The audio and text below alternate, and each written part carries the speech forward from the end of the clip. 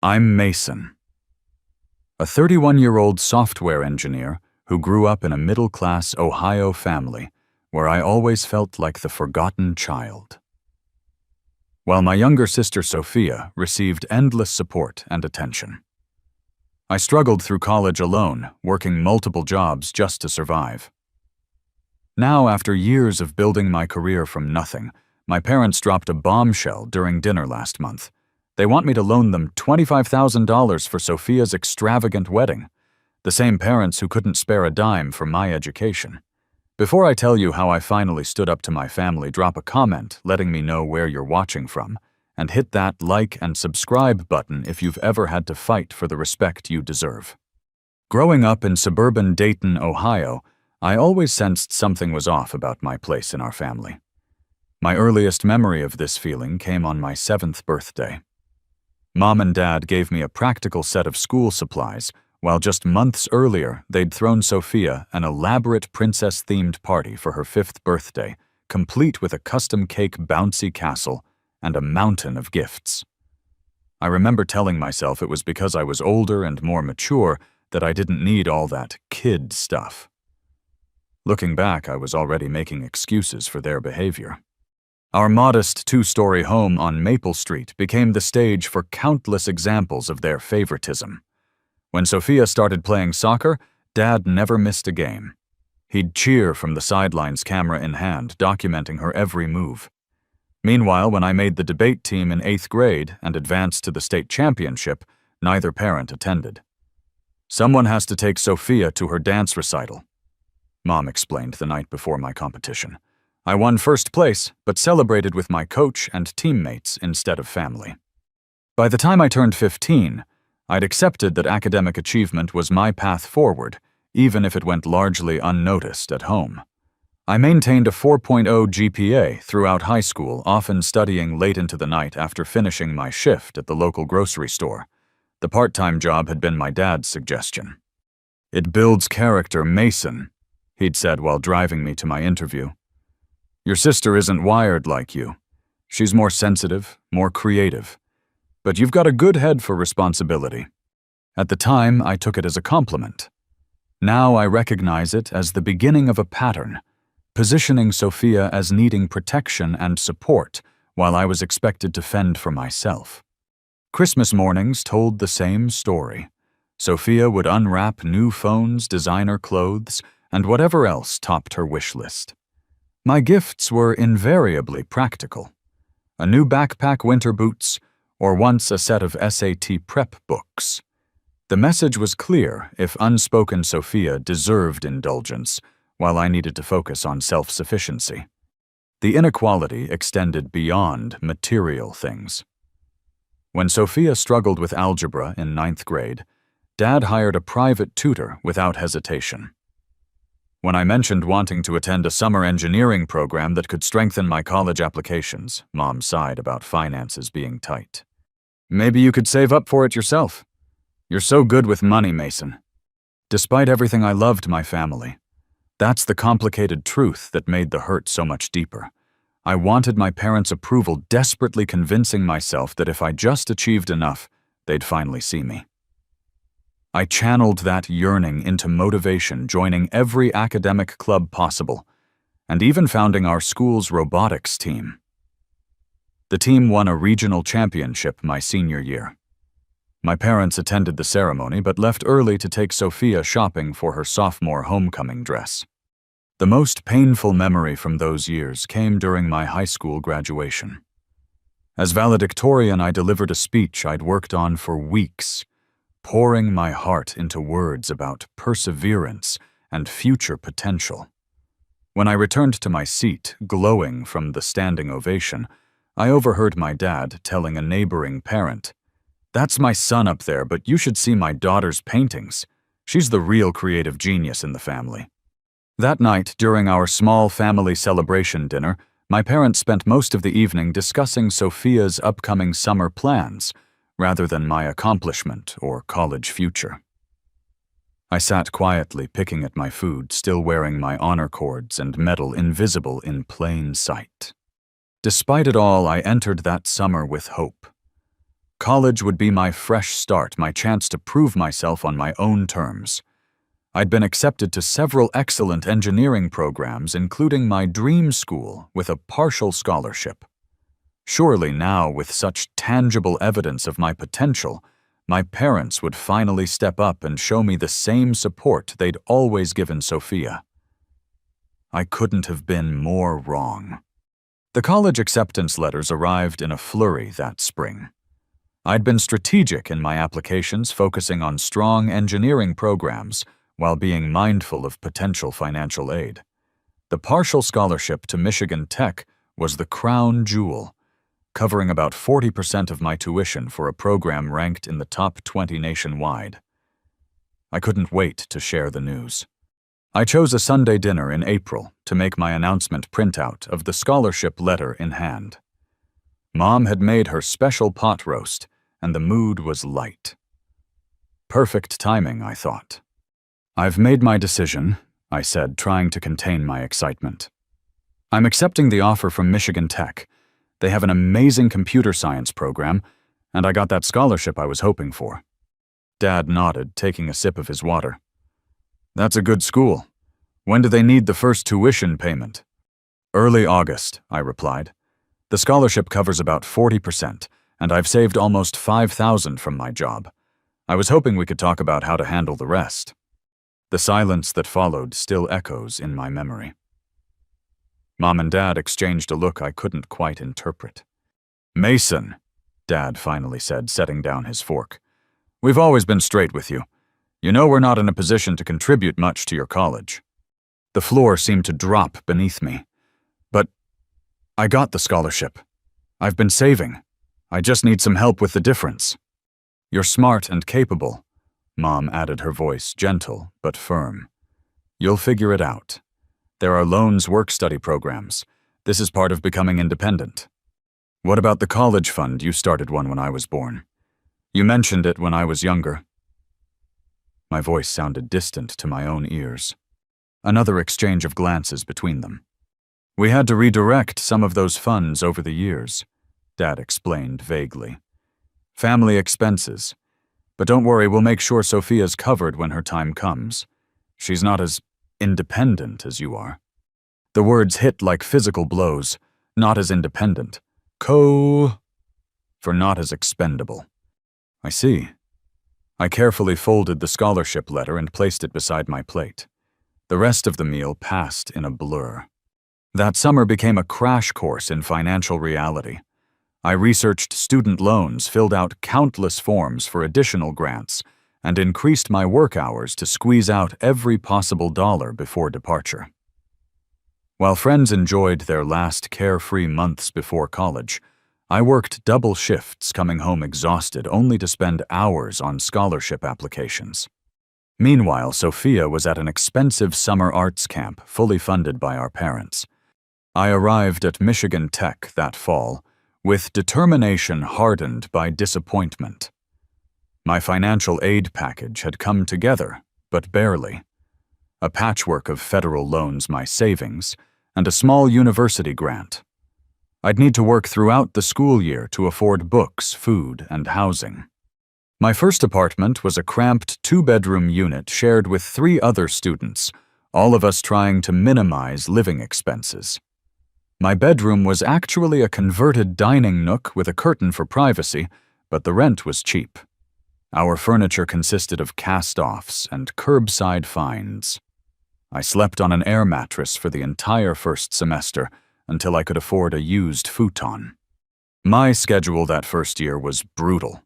Classes from morning until mid-afternoon, then straight to my campus job at the library until closing.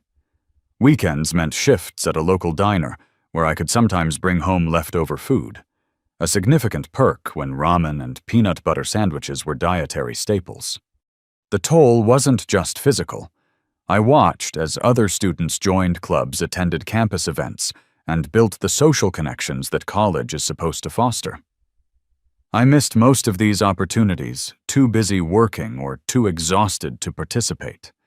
When classmates planned weekend trips or ordered late-night pizza, I made excuses rather than admit I couldn't afford it. The winter break of freshman year brought another painful contrast.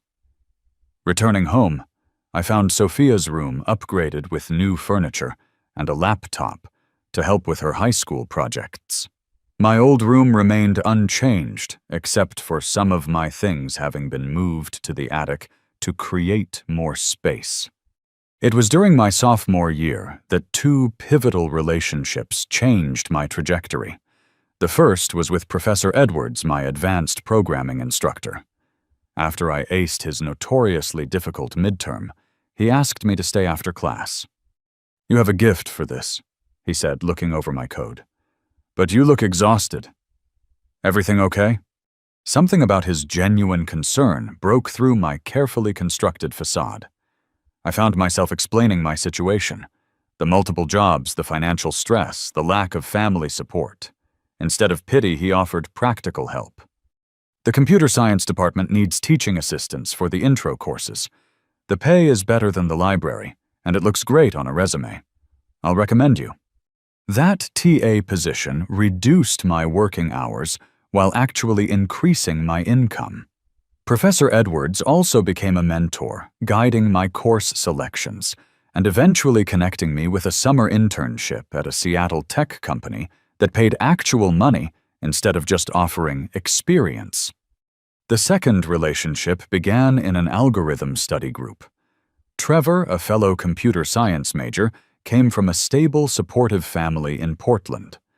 We bonded over coding challenges and gradually became friends beyond the classroom. Trevor was the first person to directly acknowledge the inequality I'd grown up with. "Dude, that's messed up," he said plainly, after hearing about my parents' refusal to help with college while promising to cover Sophia's future education. "My parents would never play favorites like that." His straightforward validation was surprisingly healing. Trevor's family even adopted me in small ways, his mom sending care packages with homemade cookies addressed to both of us, his dad offering advice about internships and career planning. When my laptop died before finals week junior year, and I couldn't afford to replace it, Trevor's parents sent money for a new one, calling it an early graduation gift. Those 4 years were a constant struggle, but I persevered. I graduated with honors in computer science with Professor Edwards proudly watching from the faculty section. Trevor and his parents cheered loudly when my name was called. My own parents attended, of course, but their excitement seemed muted compared to their reaction at Sophia's high school graduation the same month. While they took dozens of photos of Sophia with her friends and teachers, they managed only a quick family picture after my ceremony, before discussing where to take Sophia for her celebratory dinner. As I packed my belongings that summer, preparing to move to Seattle for my first post-college job, I realized I was packing away my expectations of parental approval along with my textbooks and clothes. I'd built my own success without their support. Now, I would build my own life without their validation. I left Ohio with a computer science degree, substantial student loan debt, and a determination to never look back. Seattle welcomed me with persistent rain and limitless opportunity. My entry-level software development position at Horizon Tech didn't pay spectacularly, but after years of poverty-level student living, my salary felt like sudden wealth. I found an affordable studio apartment in Fremont, tiny but mine alone, and began establishing routines that didn't revolve around constant work and study. Those early professional years taught me as much about workplace dynamics as technical skills. I quickly learned to volunteer for challenging projects. Others avoided making myself valuable beyond my junior status. Every day was a learning experience, sometimes exhilarating, sometimes humbling, but always moving forward. 18 months in, I completed a critical database migration project 2 weeks ahead of schedule. My manager noticed. "You've got serious potential, Mason," she said during my review. "Keep this up and you won't be junior level for long."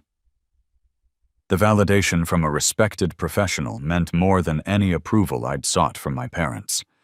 I maintained minimal contact with my family during this time.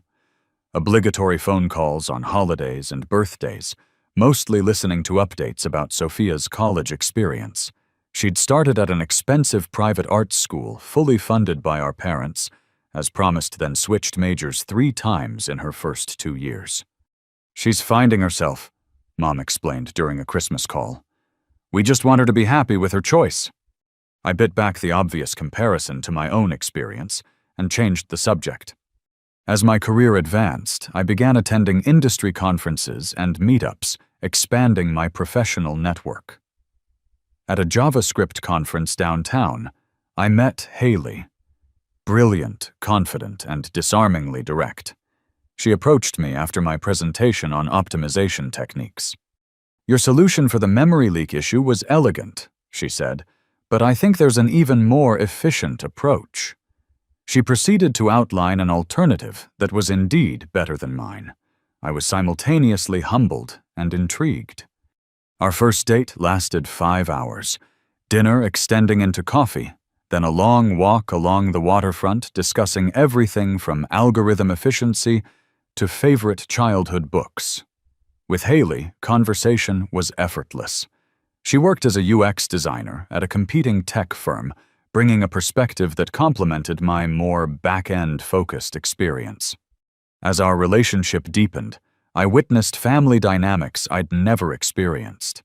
Haley's parents treated their 3 children with consistent love and support, celebrating each person's unique strengths without comparison or favoritism. The first time I joined them for a holiday dinner, her father made a toast that included something positive about each family member's year. The casual, genuine affection between them all was almost disorienting to witness. "Your parents are amazing," I told Haley afterward. "They're not perfect, but they try to be fair," she replied. Then, after I'd shared more about my own upbringing, "What happened to you wasn't fair, Mason. It wasn't about you not deserving support. It was about them failing as parents." Her perspective helped me see my childhood through a different lens. Maybe I wasn't lacking. Maybe they were. 3 years into my Seattle life, I received a significant promotion to senior software engineer, accompanied by a salary increase that finally allowed me to accelerate my student loan payments. I celebrated by opening my first investment account, a small but symbolic step toward long-term financial security. The following year, I put a down payment on a modest 1-bedroom condo in Ballard. After a lifetime of temporary spaces, the shared bedroom with constantly shifting furniture, the curtained alcove in college rented apartments, I finally had a home that was truly mine. I spent weekends painting walls, assembling furniture, and slowly transforming the space into a reflection of myself rather than a temporary shelter. Meanwhile, updates from Ohio continued in their predictable pattern. Sophia finally graduated after 5.5 years with no immediate job prospects. My parents bought her a new car as a graduation gift to help with her job search and subsidized her apartment in Cincinnati while she found her creative path. During one of my rare visits home, I noticed framed photos of Sophia throughout the house, documenting every life stage from infancy through college graduation. My presence was limited to a single family portrait and one graduation photo tucked on a side table. I mentioned this observation to Trevor during our next phone call. "You've built a great life despite them, not because of them," he reminded me. "Their approval isn't the measure of your worth." He was right. I'd created a chosen family in Seattle, close friends, professional mentors, and Haley, whose love was consistent and unconditional. We'd been together for nearly 2 years recently, discussing moving in together. Her lease would end in 3 months, and my condo had plenty of room for both of us. My career continued its upward trajectory. I led development for a major product feature that increased user engagement by 38%. The project's success earned me a spot on a high-visibility innovation team working directly with senior leadership to shape the company's technical direction. Life had developed a comfortable rhythm. Challenging work, I enjoyed weekends, exploring the Pacific Northwest with Haley, and friends' occasional game nights or dinner parties in our growing social circle. I'd found stability and connection on my own terms. Then came the phone call that disrupted everything. "Mason, sweetheart, how are you?" My mother's voice carried that particular tone I recognized from childhood, the one that preceded a request. "Your father and I are planning a trip to Seattle next month. We'd love to see you and your apartment. Maybe meet this girlfriend we've been hearing about." My parents had never visited me in the 6 years I'd lived in Seattle. Something was definitely up. "That should work," I replied cautiously. "Let me know your dates." "Wonderful, oh, and we have such exciting news. Sophia's engaged. Brandon proposed last weekend. They're planning the wedding for next summer." "That's great," I said automatically. "Tell her congratulations from me." "We will. We'll tell you all about their plans when we see you. It's going to be quite the celebration." I hung up with a vague sense of unease. My parents never made special trips without an agenda. Whatever was coming, I sensed it would test the boundaries and self-worth I'd worked so hard to build. The restaurant I selected for dinner with my parents was a mid-range seafood place with a view of Puget Sound. Nice enough to be special without appearing ostentatious. I'd arrived early, securing a quiet corner table where we could talk without shouting over other diners. Haley had offered to join us, but I'd decided to face this initial reunion alone. Mom spotted me first, waving enthusiastically as they weaved between tables. She looked older than I remembered, the lines around her eyes deeper. Her dyed blonde hair failing to completely cover the gray. Dad followed behind, his once broad shoulders, slightly stooped, his smile stiff, with what I recognized as his social discomfort. "Mason." Mom pulled me into a hug, her familiar perfume triggering a cascade of childhood memories. "Look at you, so handsome and professional." Dad offered a firm handshake. "Son, place looks expensive. Doing well for yourself, I see." The comment carried his typical undercurrent, part approval, part suggestion that I might be getting above myself. I let it slide. "It's good to see you both. How was your flight?" The initial conversation flowed through safe topics: their hotel accommodations, Seattle weather compared to Ohio, superficial updates about neighbors I barely remembered. Then, predictably, the focus shifted. "Sophia is just over the moon about the engagement," Mom gushed, pulling out her phone to show me photos. "Brandon comes from such a good family. His father owns several car dealerships in the Cincinnati area." I nodded, examining the picture of my sister and her fiancé, both beaming, her left hand prominently displaying a sizable diamond. "They look happy." "They're perfect together," Dad agreed. "Brandon's a bit traditional, wanted to ask for my blessing before proposing. Good head on his shoulders." Our appetizers arrived temporarily, pausing the conversation. I noticed my parents exchanging glances, the same silent communication I remembered from childhood discussions about finances. My unease deepened. "So," Mom continued after the server departed, "the wedding plans are coming together beautifully. Sophia's found this gorgeous venue, Rosewood Manor. It's usually booked years in advance." They had a cancellation for next June. "Sounds nice," I offered, waiting for the other shoe to drop. "It's exceptional," she emphasized. "Perfect garden for the ceremony ballroom that can accommodate 200 guests, in-house catering with a renowned chef." Dad cleared his throat. "It's also exceptionally expensive." And there it was. "Brandon's parents are contributing," Mom added quickly.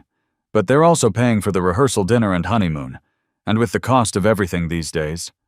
I set down my fork, my appetite suddenly gone. "How much are you asking me for?"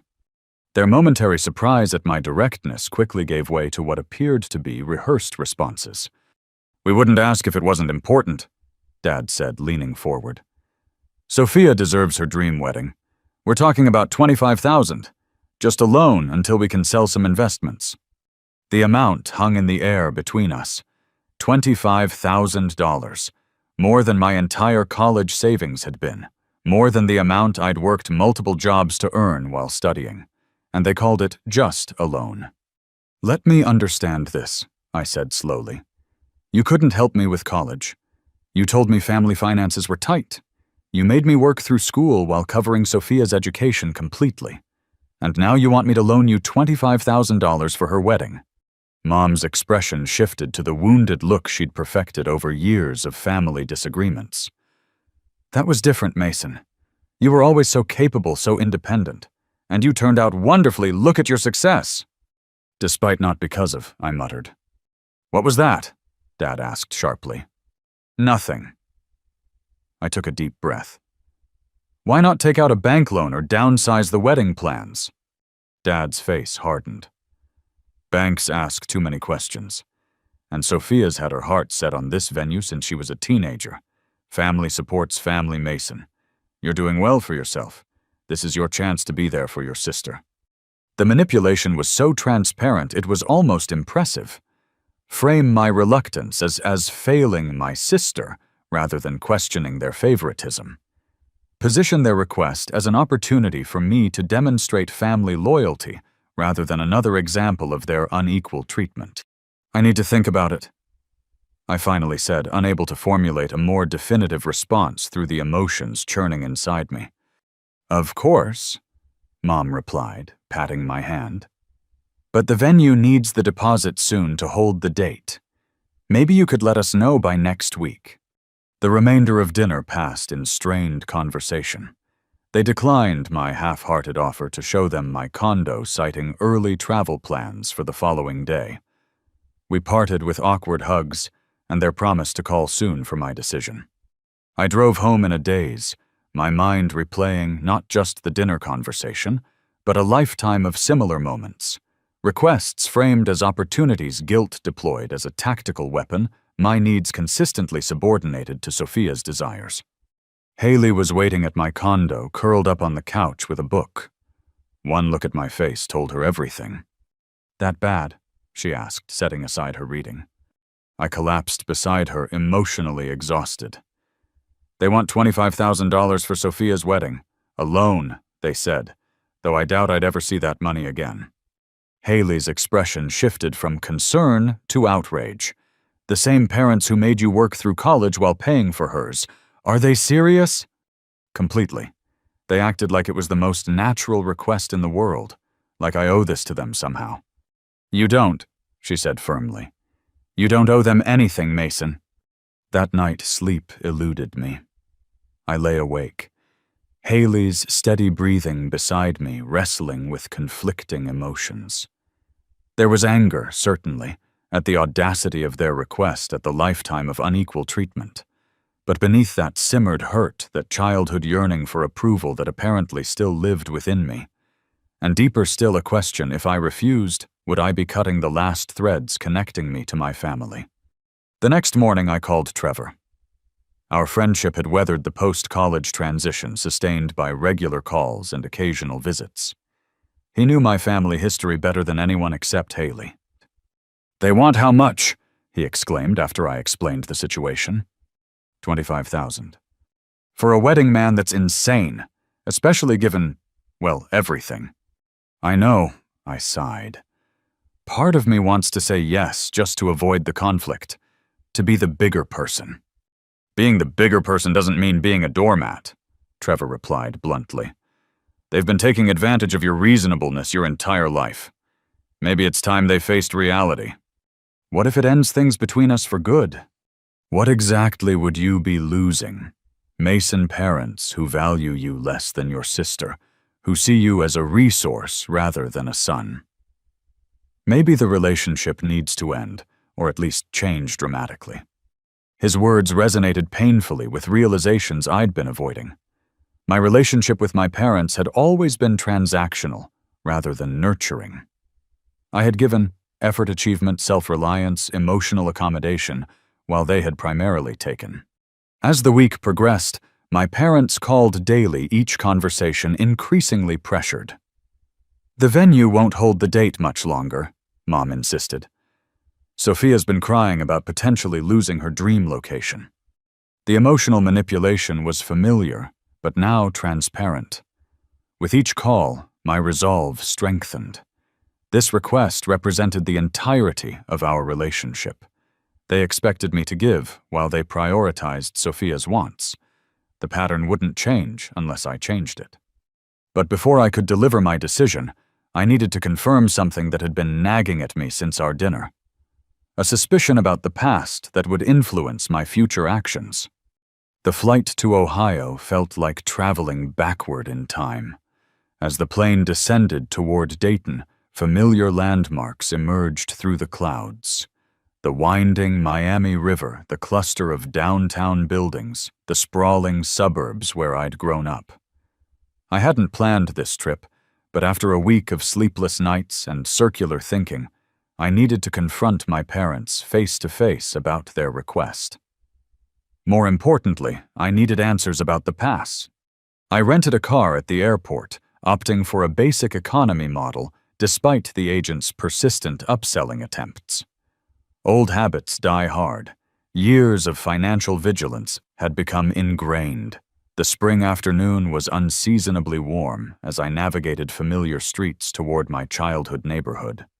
Instead of heading directly to my parents' house, I made a detour. The modest rancher with the meticulously maintained garden belonged to Mr. Jenkins, our former next-door neighbor. A retired high school principal, he had always been kind to me attending my debate competitions when my parents couldn't make it, and hiring me for lawn work during summers. If anyone would give me honest answers, it would be him. His eyebrows rose in surprise when he opened the door. "Mason! Good Lord, look at you all grown up. What brings you back to town?" "Family matters," I replied vaguely. "Thought I'd stop by and say hello while I'm here."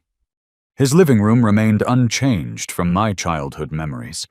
Comfortable furniture, bookshelves lining the walls, the faint scent of pipe tobacco, though he'd quit smoking years ago. We settled in with iced tea, catching up on the intervening years. I told him about Seattle, my career, and Haley. He shared neighborhood gossip and updates on his grandchildren. When the conversation naturally ebbed, I carefully steered it toward my real purpose. My parents mentioned they're helping Sophia plan her wedding. Sounds like quite an event. Mr. Jenkins nodded. "Oh yes, your mother talks about it constantly.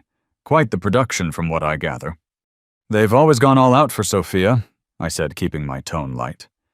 "Remember how they handled our college years? Sophia got the full ride from them while I worked my way through." A flicker of confusion crossed his face. "That's not how I remember it, Mason. Your parents were so proud of that college fund they'd built for you.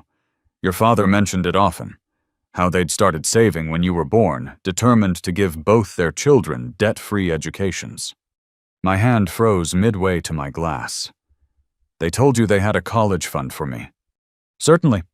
Robert showed me the statement once. Must have been around your junior year of high school. Quite impressive, nearly $60,000 if I recall correctly. They were equally committed to both you and Sophia's education, at least from what they told me." The room seemed to tilt slightly. $60,000. More than enough to have covered what my scholarship didn't. Enough to have spared me years of exhausting work study and the student loans I was still repaying. "Are you all right, son? You've gone quite pale." I forced a smile. "Just surprised. There must have been some misunderstanding. They couldn't help with my college expenses." Mr. Jenkins frowned. "That's strange. They definitely told the neighborhood they were paying for both children's education. We're quite proud of it, actually." I thanked him for his time shortly afterward, my mind racing with implications. The drive to my parents' house passed in a blur of emotions. Shock giving way to anger, then a cold, clarifying rage I'd never allowed myself to feel before. Their car was in the driveway, along with another I didn't recognize.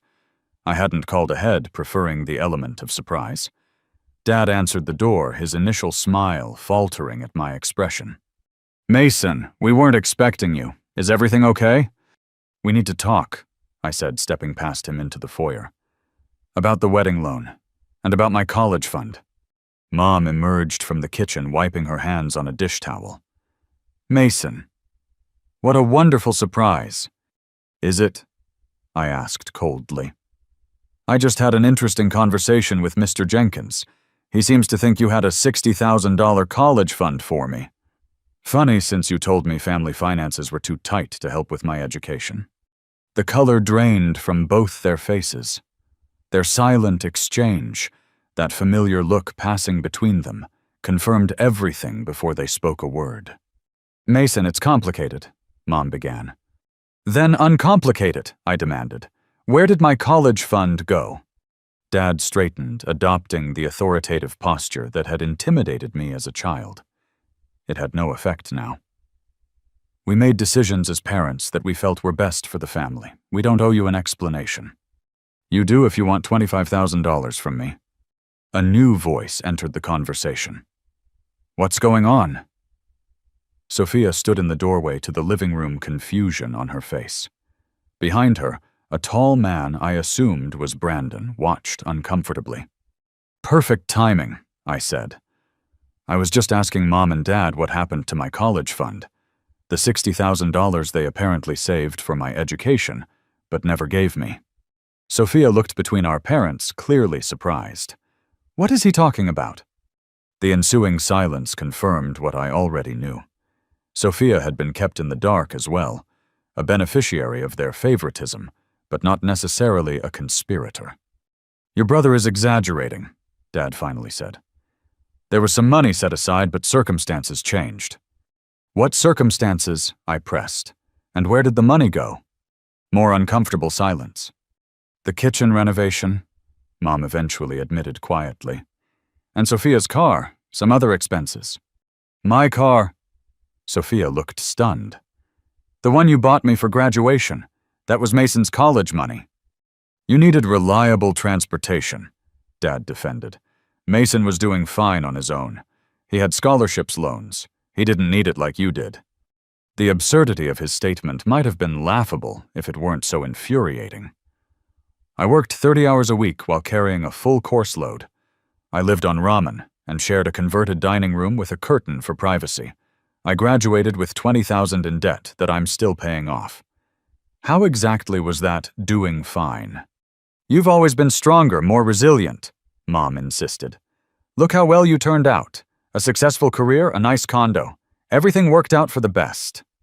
"Despite you, not because of you," I said, finally voicing what I'd only muttered at dinner. "I succeeded despite your lack of support, not because of it." Sophia stepped forward, her expression troubled. "I had no idea, Mason. I swear." "But—" Her voice shifted, an edge of entitlement creeping in. "That was years ago. What does this have to do with my wedding?" "They want me to loan them $25,000 for your dream venue," I explained, watching her reaction carefully. "Well, it is an amazing location," she replied, missing the point entirely. "And after all they've done for me, I can't let them down. Surely you can help, you're doing so well financially." Her response crystallized everything, the family dynamic perfectly captured in a single moment. My sister had been raised to expect support and accommodation, while I'd been raised to provide it without question. "This is unbelievable," I said, looking between them. "You stole my college fund, watched me struggle for years, and now want me to finance Sophia's extravagant wedding. Do you hear yourselves?" "Don't be so dramatic," Dad snapped. "Nobody stole anything. That money was always ours to allocate as we saw fit. And you saw fit to give everything to Sophia, and nothing to me, as always." "That's not fair," Sophia interjected, tears forming. "You're trying to ruin my wedding because you're jealous of me. You always have been." The accusation was so backward it momentarily stunned me into silence. Brandon, who had been quietly observing from the doorway, finally spoke.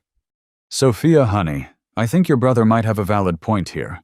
It doesn't sound like he was treated very fairly." She whirled on him. "Whose side are you on?" "There shouldn't be sides in a family," he replied quietly. I'd never met Brandon before, but in that moment I felt a flash of respect for him. He'd seen our family's dysfunction in record time and had the courage to name it. "He's right," I said. "There shouldn't be sides. Parents should love and support their children equally. But that's never been the case in this family, has it?" My parents' silence was answer enough. "I'm not giving you money for the wedding," I stated firmly. "Not a loan, not a gift, nothing. Figure it out yourselves, just like I had to figure out college myself." "You're being spiteful," Mom accused, tears welling. "This is Sophia's special day." "And college was my future," I countered. "But that didn't matter to you then, so the wedding doesn't matter to me now." I turned to leave a lifetime of suppressed emotions threatening to overwhelm me. As I reached the door, Brandon caught my eye and gave a slight nod. Acknowledgement, perhaps even respect. It was more validation than I'd ever received in that house. In the rental car hands, shaking on the steering wheel, I felt simultaneously devastated and liberated. The family story I'd told myself, that my parents had done their best with limited resources, had been a comforting fiction. The truth was uglier, but clearer. They had chosen Sophia's comfort over my basic needs repeatedly and deliberately. The betrayal cut deep, but the clarity was worth the pain. I started the engine, pulling away from the house where I'd never truly belonged, toward a future where I would no longer seek approval from those unwilling to give it. The Seattle skyline welcomed me home the following evening, its familiar profile against the sunset, offering a sense of belonging I'd never felt in Ohio. Haley was waiting at the airport, her embrace providing the unconditional acceptance my family never had. "You look different," she observed as we walked to her car. "More resolved?" "I am," I confirmed, recounting the confrontation and revelations. "It was worse than I imagined, Haley. They didn't just prioritize Sophia. They actively took resources meant for me and gave them to her." She listened without interruption, her hand occasionally squeezing mine at particularly painful points in the story. When I finished, her response was characteristically direct. "What now? What do you need?" The question was so fundamentally different from my family's approach, centered on my needs rather than their expectations, that it momentarily caught me off guard. "I need to establish clear boundaries," I finally said, "and I think I need professional help processing everything." 2 days later, I sat in Dr. Larson's office, a calm space, with muted colors and comfortable seating. Finding a therapist had been Haley's suggestion, one I'd initially resisted, but now embraced. "Family patterns are powerful," Dr. Larson observed after I'd summarized my history.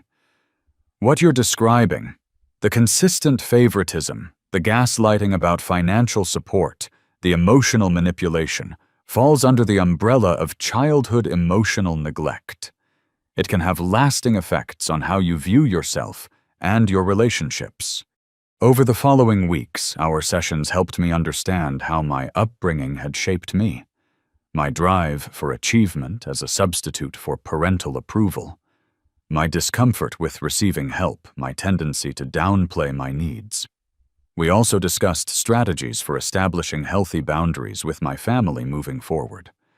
"Boundaries aren't about punishing others," Dr. Larson explained. "They're about protecting yourself. You get to decide what relationship you want with your parents and sister, if any."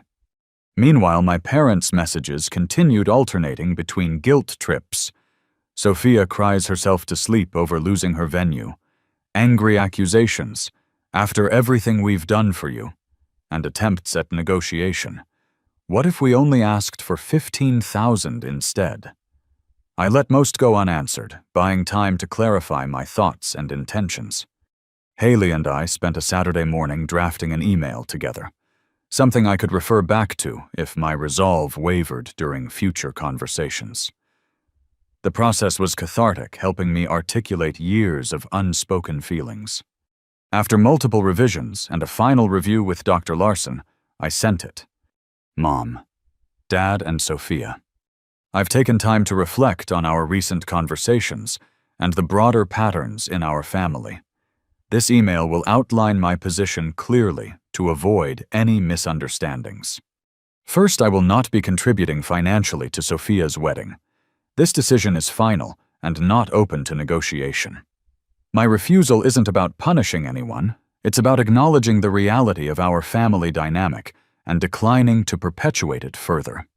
The revelation about my college fund being redirected to home renovations and Sophia's car confirmed what I've felt my entire life, that my needs and future were consistently deemed less important than Sophia's wants and comforts. This pattern has caused deep hurt that I'm only now beginning to fully process. Moving forward, I need to establish clear boundaries. 2. I will not discuss financial support for any family member. My resources are mine to allocate according to my priorities and values. 2. I will not participate in conversations where my experiences are minimized or dismissed. Phrases like, "You turned out fine anyway," or "You've always been stronger," are not acceptable responses to legitimate grievances. 3. I will only engage in family communication that is respectful and acknowledges past inequities rather than denying them. Despite everything I do, love you all. I'm open to building a healthier relationship, but only if it's based on honesty and mutual respect. This would require acknowledgement of the favoritism that defined my childhood and a genuine commitment to change moving forward. If you're unwilling or unable to respect these boundaries, I'll need to limit our contact for my own well-being. This isn't an ultimatum, but a necessity for my emotional health. I hope we can eventually find a way forward that respects everyone's dignity and worth. Mason. The response was swift and predictable. My phone exploded with notifications within hours, voicemails from my mother crying about family loyalty, text messages from my father demanding I stop this nonsense and be reasonable, and a lengthy email from Sophia accusing me of deliberately ruining her happiness out of jealousy. I read everything but responded to nothing, following Dr. Larson's advice to give them time to process their initial reactions. They're experiencing the discomfort of having their narrative challenged, she explained. That's not your responsibility to manage. The family pressure campaign escalated. Distant relatives I barely knew began calling, obviously enlisted by my parents, to talk sense into me. An aunt I hadn't spoken to in years texted that I was breaking your mother's heart over money, while a cousin suggested I was making a big deal out of nothing. Parents always have favorites. I blocked the most aggressive contacts and crafted a simple, consistent response to others. This is a private matter between me and my immediate family. I appreciate your concern, but I've made my decision. Through it all, my support system proved invaluable. Trevor called regularly, offering both distraction and validation. Haley's unwavering presence reminded me daily that healthy, equal relationships were possible. My therapist helped me navigate the waves of guilt and doubt that occasionally threatened my resolve. 2 weeks after my email, an unexpected message appeared in my inbox from Brandon Sophia's fiancé. Mason, you don't know me, and I understand if you delete this without reading. I wanted to reach out privately to say I respect how you've handled this situation. The dynamics I witnessed in your family home were troubling, to say the least. Sophia and I have had some difficult conversations since your visit. She's struggling to reconcile the family narrative she's always believed with the evidence you presented. It's not easy for her to consider that her parents' favoritism might have caused you real harm. We've scaled back our wedding plans significantly, partly financial necessity without your contribution, but also because I can't in good conscience celebrate our union with such extravagance knowing it came at your expense.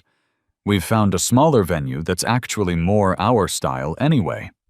I hope someday you and Sophia might rebuild a relationship as siblings without your parents' influence coloring everything. That will take time and probably won't happen before the wedding. Either way, I wanted you to know that your stand made an impact, at least on me. Brandon. The message brought unexpected tears to my eyes. Not just acknowledgement of my experience, but evidence that my boundaries were creating ripples of change. A few days later, another surprise arrived.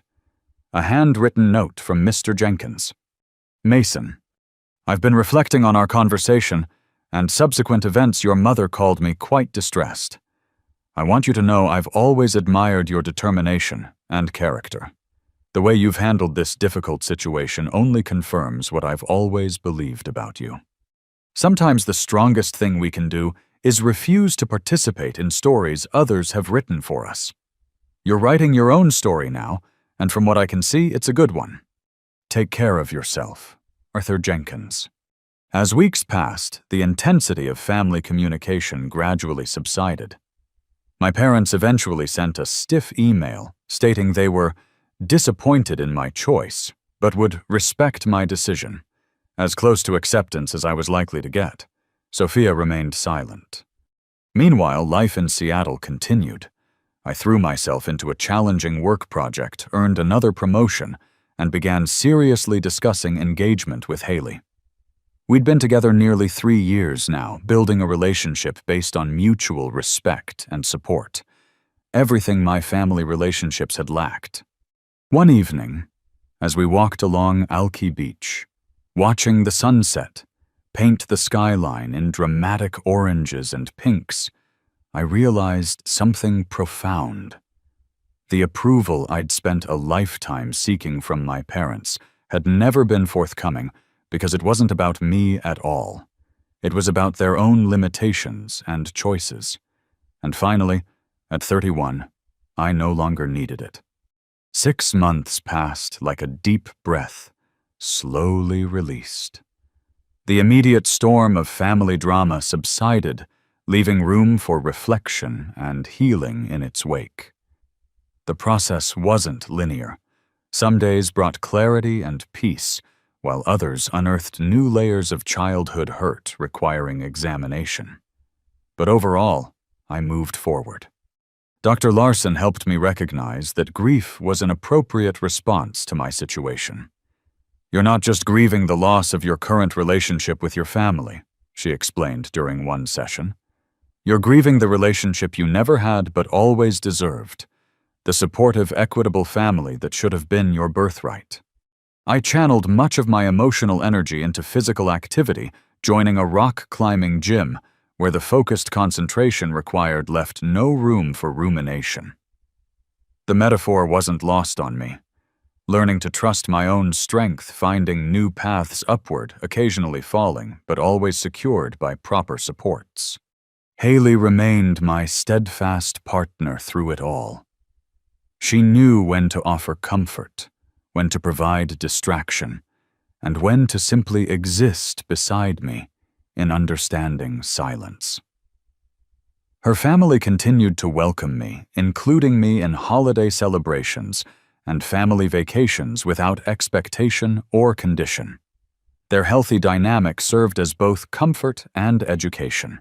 This is how family could be. My professional life flourished amid personal healing. The innovation team I'd joined delivered a breakthrough feature that significantly expanded our market share. My contributions earned recognition throughout the company, culminating in a director-level promotion that came with both increased responsibility and compensation. The validation of my capabilities by objective measures reinforced what therapy was teaching me. My worth existed independently of my parents' assessment. Trevor visited Seattle that spring, bringing his new fiancée to meet me and Haley. During a hike through Discovery Park, he asked about my family situation. Limited contact, I explained. They send occasional emails, surface-level updates, nothing deep. I respond similarly. It's civil, but distant. And you're okay with that? He asked. I considered the question seriously. I'm at peace with it. I can't change them, but I can decide what kind of relationship works for me. This is it, at least for now. 4 months after my boundary-setting email, an unexpected message arrived from Sophia. Unlike our parents' communications, which remained perfunctory and devoid of introspection, hers suggested the beginning of awareness. Mason. I got married last weekend. It was a small ceremony at Brandon's parents' lake house. Nothing like the extravaganza I once imagined, but perfect in its own way. I found myself wishing you were there, which surprised me given everything that's happened. Brandon has helped me see some hard truths about our family. I've spent my life accepting Mom and Dad's narrative without question, that I needed more support, that you were naturally more independent, that everything was fair in its own way. It's uncomfortable realizing how much I benefited from their favoritism while you struggled. I'm not writing to apologize for them. They're responsible for their own actions and choices. But I am sorry for my role in perpetuating the dynamic, for accepting advantages at your expense without questioning, for the times I must have hurt you without even realizing it. I don't expect this to magically fix things between us.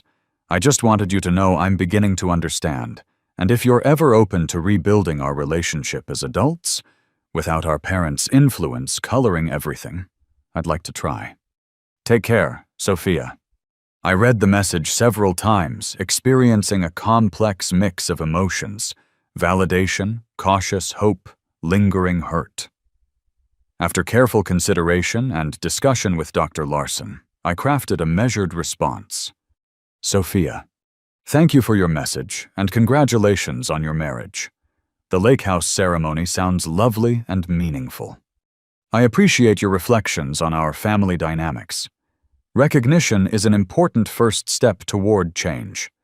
While I can't erase the past hurt, I'm open to the possibility of a different relationship moving forward with some essential conditions.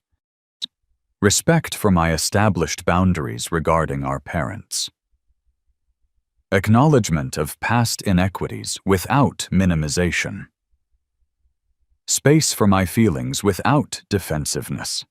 Understanding that trust will need to be rebuilt gradually. If these terms seem workable to you, perhaps we could start with occasional email exchanges to see where things lead. Wishing you and Brandon happiness in your new chapter, Mason. Her positive response opened a tentative channel of communication between us. Nothing close to the instant reconciliation portrayed in movies, but a fragile beginning built on more honest ground than we'd ever occupied before. Meanwhile, I reached a personal milestone I'd once thought impossible. After years of disciplined financial management, I made the final payment on my student loans, 14 years after starting college, but finally free of educational debt. The symbolic weight of this achievement felt significant, closing a chapter defined by my parents' failures and opening one characterized by my own success. With this financial burden lifted, I made another pivotal decision. On a weekend trip to the San Juan Islands with sunset painting the horizon in dramatic purples and golds, I asked Haley to marry me. Her joyful acceptance marked the beginning of a family we would build together, one founded on equality, mutual support, and genuine love. My parents' response to our engagement announcement was characteristically reserved. A brief congratulatory email, no mention of attending the wedding. I hadn't expected more and found I needed less of their approval than I might have once imagined. Their validation had become irrelevant to my happiness. Life continued to unfold in meaningful ways. Haley and I purchased a larger condo with space for her home office and my growing collection of musical instruments, a hobby I'd recently rediscovered after abandoning it in college due to time constraints. We adopted a shelter dog named Cooper, who brought unexpected joy with his enthusiastic approach to everything from morning walks to evening cuddles. My relationship with my parents evolved into something I could manage without sacrificing my well-being. I accepted that they might never fully acknowledge the inequity of their parenting or offer the apology I once craved. Their occasional messages remained superficial, and I responded in kind. Weather updates, basic career developments, nothing that invited deeper engagement. It wasn't the relationship I would have chosen, but it was one I could sustain without reopening old wounds. More surprising was the gradual development of my separate relationship with Sophia. Our email exchanges grew more frequent and substantive, eventually progressing to occasional video calls where we cautiously explored shared childhood memories from our different perspectives. She seemed genuinely committed to understanding my experience, even when that understanding reflected poorly on choices she'd benefited from. Brandon sometimes joined these calls, his outsider perspective often helping bridge communication gaps between us. Through therapy, supportive relationships, and deliberate reflection, I've extracted meaningful lessons from my family experience. Self-worth isn't determined by parental validation. My value exists independently of my parents' ability to recognize it. Financial independence provides more than material security. It offers protection from manipulation and control. Chosen family can provide the acceptance and support biology sometimes fails to deliver. Breaking generational patterns requires courage and conscious choice. I'm committed to creating different dynamics in my own future family. Boundaries aren't selfish. They're necessary for healthy relationships. Saying no to exploitation isn't rejecting love, it's requiring respect. Forgiveness doesn't require forgetting or continued vulnerability. I can release anger without exposing myself to further harm. The most profound healing comes not from changing others, but from changing how I respond to them. Looking back at my journey from that overlooked child, desperate for approval, to the confident adult, capable of setting boundaries, I recognize that my parents' greatest gift may have been unintentional, the resilience I developed navigating their favoritism. That resilience has shaped my character, career, and capacity for authentic relationships. As Haley and I plan our wedding, modest in scale but rich in meaning, I find myself grateful for the life we're building. It's not the family story I was born into, but it's the one I've chosen to create. And in that choice lies freedom.